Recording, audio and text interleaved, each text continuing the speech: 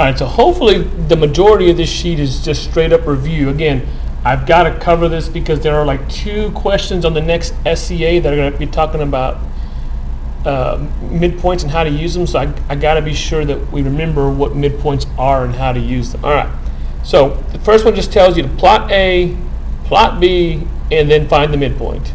Well, A I've got right there at 0, 4, B is right here at 6, 0. And again, you can just sort of eyeball it from A down to B. You know, how far down do I go? I go down 4, so the middle would have to be 2. From A to B going left, right, it's 6 across, so 3 would be the middle, so it looks like my midpoint would be 3, 2. Again, just by eyeballing it from the graph and counting what I've got. And I can do it again with CD. So there's C, I've got C plotted at -2, -1. There's D, I've got plotted at 4, -3. So there's the midpoint, you know, right smack in the middle. So that was going to look like it's at 1, -2. Again, only because what's the difference in the Y's? C is right here, D is right here. How many did I go down? And then just ask yourself, how many did you go left or right, and what has to be in the middle? Again, we'll do more work in class with those, but just have an idea of what we're doing on the graph, and we're probably not going to do midpoints on graphs very often. But that's just sort of a visual example of what we're really doing. So explain the process. So what did we just do to find the midpoint? Think about what we just did. I mean, the way that I like to think about it is I just average the x's and I average the y's. Average the x's, average the y's, which is actually the exact way we're going to do it down below. So there's the midpoint formula. If I've got 2 points and I want to find the midpoint, I add up the x's of both points and divide by 2, and that gives me the x coordinate of the midpoint. I add up the y coordinates of both points, divide by 2, and that gives me the y coordinate of the midpoint. All right, so then they have us do a little bit more practice with just graphing. So this one doesn't ask us for the midpoint, it wants one of the other endpoints. So, you know, a slight change of what they're asking us to do. Let me do this. All right, so this one, it tells me that M is the midpoint of EF. It tells me where E is. It also tells me where M is, and this one wants to know where F is, you know, where the other endpoint is. Well, let's plot. So here's E. E is at 2, 2. Let me slide over. There's M. M is at 4, -3. Okay, so if E is at 2, 2, and M is at 4, -3, okay, where must F be?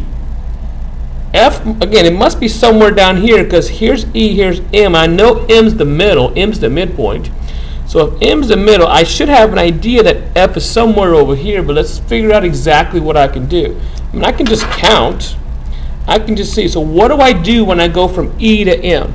I went over 1, 2, and then I went down 1, 2, 3, 4, 5 from E to M. Well, let me do that again.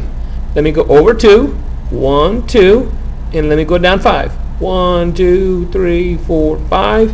So that is where F must be, which is at 6, -8. So 6, -8 are the coordinates of F. If you want to practice doing it again, there's number 5. But again, we're not going to be doing them in class like this very often. We're going to be using the formula, which is what we're going to do on the next couple ones. All right, so let's see what we're doing. It's telling us to go back to number 4, the number 4 that we just did, and now try to find F, but now instead of using the graphs, now let's do some algebra. Okay, so let me set it up. So I already know what E is. They tell me what E is right up here. E is still 2, 2. So I'm going to call E 0.1. I'm going to call it 0.1. So that makes this 2. That means that's x1. And that means this 2 is y1. Okay, so E, I'm just calling it 0.1. M, we know is the midpoint, so that's 4, -3. And F, what we're trying to find, I'm going to call it 0.2. So that makes that one x2, and that makes that one y2. Okay, so now I got to go back to my formula for midpoint. Let's see, right there. Formula says x1 plus x2 divided by 2 gives me the x value of the midpoint. And y1 plus y2 divided by 2 gives me the y value of the midpoint. Okay, so that's what I'm going to do. I'm going to straight up use the formula. So here's x1. So x1 plus x2 divided by 2 equals the x value for the midpoint, which we already know is 4. So there's a little equation now that I can use to solve for x2. Multiply both sides by 2 to clear the fraction. And I would get 2 plus x2 equals 8.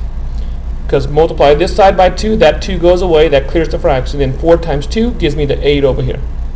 Now subtract 2 from both sides, and I get x2 equals 6. Again, which I already knew because I already got the answer up here. I already know my answer. It's 6 negative 8. We're just double checking. And again, this is how we're going to more likely do it in class. Okay, so now let me do the same thing that I just did. Now I've got to go find the y.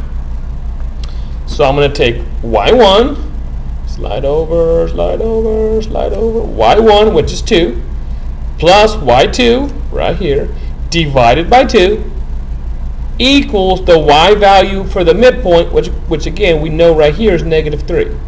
So now I've got a little equation, multiply both sides by 2, and that gives me 2 plus y2 equals negative 6. Subtract 2 from both sides, and I get y2 equals negative 8. So my answer, if x is 6 and y is negative 8, my answer is a point 6 negative 8, which again we already had from right here. Okay, now, I have not done 5 on the graph. Let's see what that's going to look like. I'm going to do it the exact same way. So from up above, it tells me that r is negative 6, negative 1. Again, I'm using the points for number 5. It tells me that s, which is the midpoint, is negative 1, 1. And we're trying to find the coordinates of t. So I called this one 0.1, so that's x1 and y1. I called this one 0.2, so I call that x2 and y2. Doesn't matter. I could have called that x1 and I could have called that 0.1 and that 0.2. Doesn't matter. You'll get the same answer. All right. So I plug in. I take x1, which is negative 6, plus x2 divided by 2 equals the x value of my midpoint, which was negative 1. So now I have a little bitty equation, multiply both sides by 2, and I get minus x plus x2 equals negative 2. Add 6 to both sides, and I get x2 equals 4. Do the same thing that I just did for the y's. This one, I take y1, which is negative 1 from over here, plus y2 divided by 2 equals the y value of the midpoint, which again, they told us, it's 1. I have a little bit of equation, multiply both sides by 2, negative 1 plus y2 equals 2, add 1 to both sides, y2 is equal to 3. So if x is 4 and y is 3, my midpoint is 4, 3. Okay, now let's do some distance formula stuff. This should mostly be reviewed for the most part. It tells you to plot points A, B, and C, which I did. There's A, there's B, and there's C. I went ahead and made a triangle. I joined them. And it says, how long is AC? Well, I just count. How far is it from A to C? It's 8 units. How far is it from C to B? Again, I just counted. It's 6 units. So now how far is it from A to B? Well, if you remember Pythagorean theorem, it's A squared plus B squared equals C squared. So 8 squared is 64. 6 squared is 36. 64 plus 36 is 100.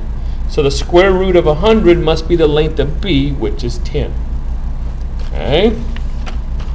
The distance formula, which is the same thing as the Pythagorean theorem, and you'll have this on formula charts. You don't have to memorize this. It looks like this. So you subtract your x's, square it, plus subtract your y's, square it, and then find the square root of the whole thing, which is basically nothing more than the Pythagorean theorem. That's all it is. Okay, so how would I actually do it? It says use the distance formula to figure out the distance from R to S. So again, I'm going to call R 0.1 and I'm going to call S 0.2. It does not matter. I could have easily called this one 0.2 and called that 0.1. So I plug into my formula. I take x2 minus x1 plus y2 minus y1. Simplify that, because 2 minus a negative 4, minus minus tells you to plus. So 2 minus negative 4 is 6. Negative 1 minus 5 is negative 6. So 6 squared plus negative 6 squared is 72. So we'll call the answer square root 72, and we'll leave it like that for now. In a few weeks or so, this will not be the correct answer, but for now, until we've covered more, that is the answer. All right, this one I just want you to think about it. It just gives you a bunch of line segments on the graph, and it wants to know which line segments are congruent. Well, if I make triangles out of each one, I can think about the Pythagorean theorem and think about which lines must be congruent. We'll talk more about these in class.